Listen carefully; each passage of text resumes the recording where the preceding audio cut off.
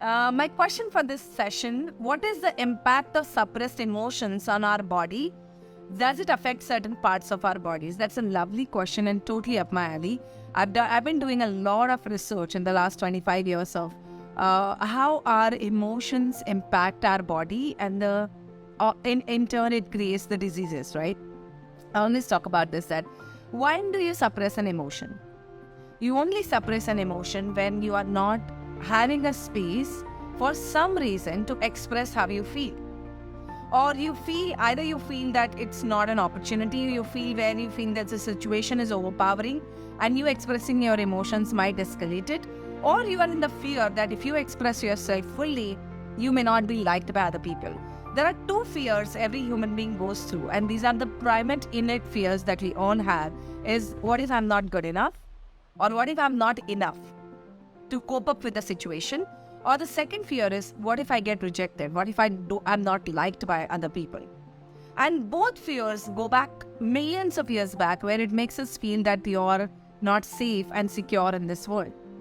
Every time that fear neurons get fired in our brain, because these fear neurons are very deep-seated inside us, and we have used them multiple times for generations, and genetically we are wired with them, right? So every time that happens, that fear comes in our space of safety or security, we suppress our emotions. And the moment we suppress our emotions, if you see, it revolves around the word compromise. Because when you suppress your emotion, you're compromising about something. And when you compromise about something, what happens in your space is, your body, your heart takes that one little shock, right? There's a shock when you compromise, and when you say, okay, I can't do what I want to do, but I have to do this because there's a threat. There's a fear to my survival. Now, that's a small shock that hits your body. Now, depending on every emotion that you have or you go through, it is stored in multiple parts of your body. Every cell of your body is your subconscious mind. And it has got a storage and memory of whatever has happened in the past. Now, I'll give you some examples of some parts of the body that stored particular emotions. Like your liver is a powerhouse, right? Physically, physiologically also it's a powerhouse. And emotionally, metaphorically also it's a powerhouse. Now, wherever you feel powerless or helpless, there's a emotion of fear or anger that stays into your liver. And from there, it is then passed on to every part of your body. Your spleen is about feeling not acknowledged enough, not reaching your highest potential. So every time you're compromising, you are not reaching your highest potential because you are following somebody else's guideline, right? When you are compromising, you're not doing what you want to do. You're suppressing your emotion. You're obviously following somebody else's guideline. And that makes your spleen feels that it's not reaching its highest potential. You dim your light, your spleen gets hit. Your kidney stores the guilt and shame. Your reproductive organs are related to shame. Your heart is obviously related to trauma and grief and shock. Your throat is related to your self-expression, your communication. So there are various parts of your body, practically every part, and I can actually talk about this for 3 days, 4 days about every part of the body. We don't have that much time.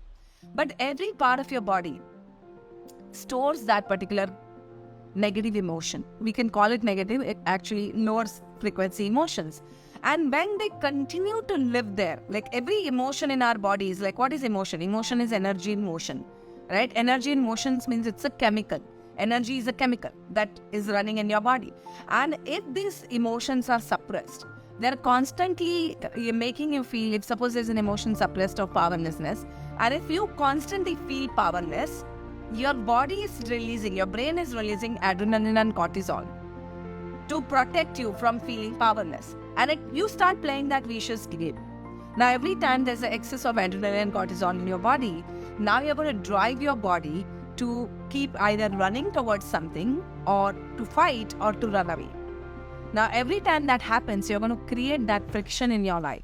And that friction can come from anywhere. That friction can come from your health issues, chronic health issues especially. That friction can come from your relationship issues. That friction can come from your job or your business, or the friction can come from money issues, losses, and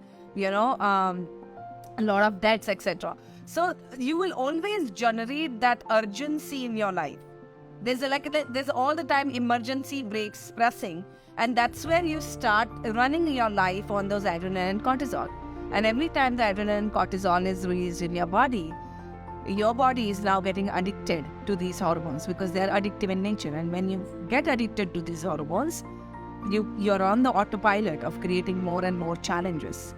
So it does affect a lot of things in your life, and a lot of people, those who have chronic health issues like diabetes, cardiovascular disorders, hypertension, thyroid, PCOD, infertility to a large extent.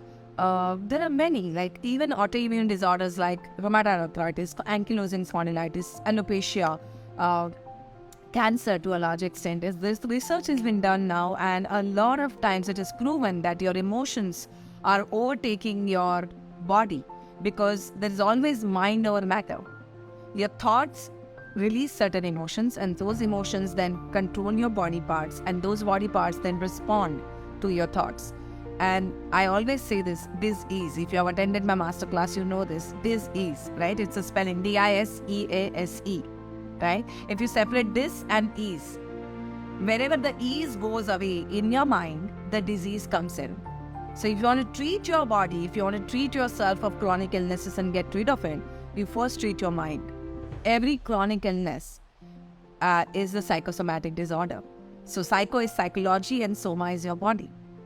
So thank you for that lovely question, Dan Ignatius. I hope people got the understanding of it. And if you got the understanding of it, make sure that you send a lot of heart to Dan Ignatius here for asking that lovely question. And also give him, if you want, you can fire out and say that, wow, I got an insight. Type in the chat box and say, I got it, IGI. Type IGI in the chat box if you got some insights with Dan's question.